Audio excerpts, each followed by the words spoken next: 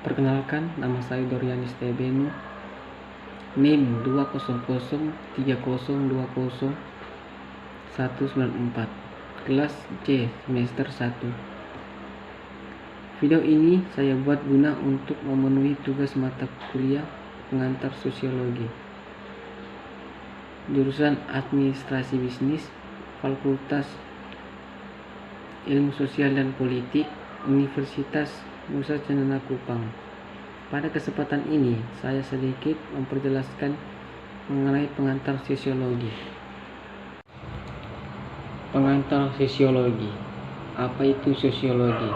Sosiologi adalah ilmu yang mempelajari hubungan dan pengaruh timbal balik antara gejala sosial dan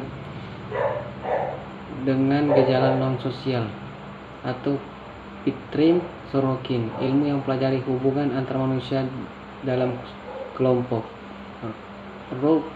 Routik dan Warren, ilmu yang mempelajari interaksi sosial dan hasilnya, yaitu organisasi sosial, dan ilmu yang mempelajari struktur dan proses kemasyarakatan yang stabil.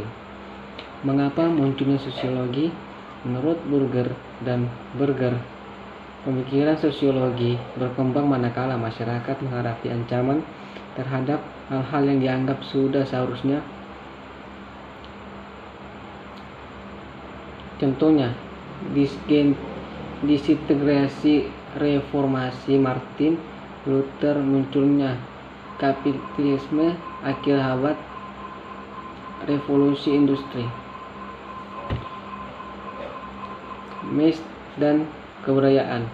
Satu, pendahuluan masyarakatan adalah sekelompok orang yang hidup bersama dan menghasilkan kebudayaan.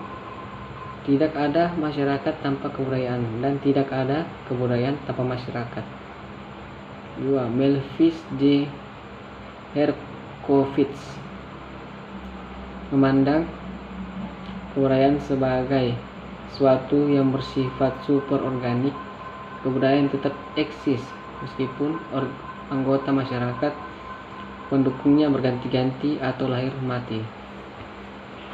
Apa itu kebudayaan? Kebudayaan adalah kompleks yang mencakup pengetahuan, kepercayaan, kesenian, moral, hukum, adat istiadat, serta kemampuan dan kebiasaan-kebiasaan yang diperoleh manusia sebagai anggota masyarakat.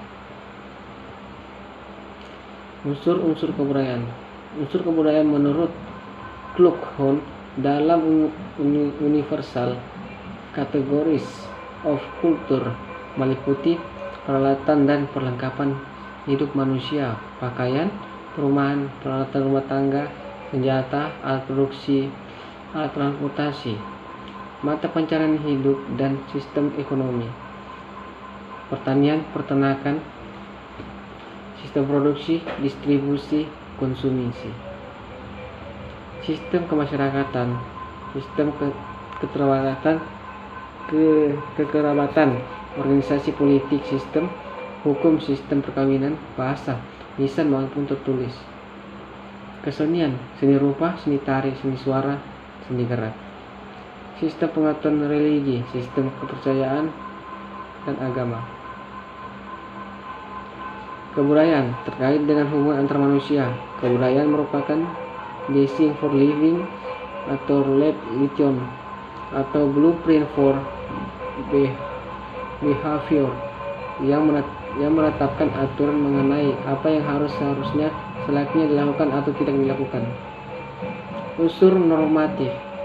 Unsur normatif kebudayaan. 1. Unsur penilaian, baik buruk, benar salah, menyenangkan, tidak menyenangkan. Unsur perintah, baik, tidak, boleh. Unsur perintah, boleh, tidak boleh, perintah, larangan. Unsur kepercayaan, selamat, upacara, ritual. Kebudayaan sebagai sistem. Norma kebudayaan menyangkut aturan yang harus diikuti, bersifat normatif. Kebudayaan menentukan cara bertindak, cara berpikir, dan cara merasa yang dikenal dan diikuti secara umum oleh para anggota masyarakat. Kebudayaan dan kepribadian. Setiap masyarakat memberikan pengalaman tertentu yang tidak diberikan masyarakat lain kepada para anggotanya. Timbul konfigurasi kepribadian yang khas dari para anggota masyarakat tersebut, disebut modal. Personality atau Du Bois sebagai besar ciri kepribadian dimiliki oleh sebagian besar anggota masyarakat tersebut. Kebudayaan modal, misalnya orang Jawa halus dan tidak suka terus terang, sementara orang Batak kebudayaan modal hanya berlaku pada masyarakat sederhana dengan kebudayaan yang solid. Relatisme kebudayaan, fungsi dan arti suatu unsur adalah berhubungan dengan lingkungan atau keadaan kebudayaannya. Kita tidak bisa menganalisis kelompok kebudayaan lain dengan motif, kebiasaan, dan nilai-nilai kita. Kebudayaan contoh, bagi masyarakat Indonesia, hamil sebelum menikah adalah buruk. Sementara bagi masyarakat suku Botok di Filipina adalah baik sebagai bukti bahwa wanita tersebut subur. Bagi orang Madura, melakukan pembunuhan dalam carok adalah mulia karena membela harga diri dan kehormatan, namun menurut KUHP adalah kriminal. Sosialisasi, anak belajar dari kehidupannya. Jika anak dibesarkan dengan celaan, dia belajar memaki. Jika anak dibesarkan dengan permusuhan, dia belajar berkelahi. Jika anak dibesarkan dengan cemoohan, dia belajar rendah diri. Jika anak dibesarkan dengan penghinaan, dia belajar menyesali diri. Jika anak dibesarkan dengan toleransi, dia belajar memahami diri. Jika anak dibesarkan dengan dorongan, dia belajar percaya diri. Jika anak dibesarkan dengan pujian, dia belajar menghargai. Jika anak dibesarkan dengan sebaik-baik perilakuan, dia belajar keadilan. Jika anak dibesarkan dengan dukungan, dia belajar menyenangi dirinya. Jika anak dibesarkan dengan kasih sayang dan persahabatan, dia belajar menemukan cinta dalam kehidupan. Teori sosialisasi, Gorhead Mead. Menurut Mead, setiap anggota baru masyarakat harus mempelajari peranan-peranan yang ada dalam masyarakat. Pengambilan peran dalam proses ini, orang belajar mengetahui peran yang harus dijalankan dan yang harus dijalankan orang lain. Tahap-tahapnya. Tahap bermain. Paistek. Pada tahap ini, seorang anak menerima berbagai peran ayah, ibu, guru tanpa memahami tahap permainan. Jam step. Pada tahap ini, anak sudah tahu peran yang harus dijalankan dan peran orang lain. Tahap pengambilan peran. Pada tahap ini, anak sudah dapat mengambil peran orang lain. Teori sosialisasi, Charles Horton Collie. Menurut konsep diri, seorang berkembang melalui interaksi dengan orang lain. Diri seseorang memantulkan apa yang dirasakan sebagai tanggapan masyarakat terhadapnya. Tahap-tahapnya. Persepsi kita tentang bagaimana dipandang orang lain. Persepsi kita tentang penilaian mereka mengenai bagaimana kita dipandang orang lain. Perasaan kita. Agen-agen sosialisasi, Fuller dan Jacobs mengidentifikasi agen-agen sosialisasi utama, yakni keluarga merupakan agen sosialisasi pertama dan utama. Tahap bermain, teman bermain, agen sosialisasi pada tahap permainan sekolah. Media massa saat ini, terutama televisi, sebagai the first good. Macam-macam sosialisasi. Berger dan Luckman memilih menjadi sosialisasi primer atau primary socialization. Sosialisasi pertama yang dijalani individu semasa kecil, melalui mana dia menjadi anggota masyarakat. Sosialisasi sekunder atau sekundari Socialization. Proses berikutnya yang memperkenalkan individu yang telah disosialisasi ke dalam sektor baru dari dunia objektif masyarakatnya. Macam-macam sosialisasi sekunder. Salah satu bentuk sosialisasi sekunder adalah resosialisasi yang didahului desosialisasi. Dalam desosialisasi, individu mengalami pencabutan diri yang dimilikinya, sedangkan dalam resosialisasi individu diberi suatu diri yang baru. Terjadi dalam total institusi seperti penjara, rumah sakit jiwa.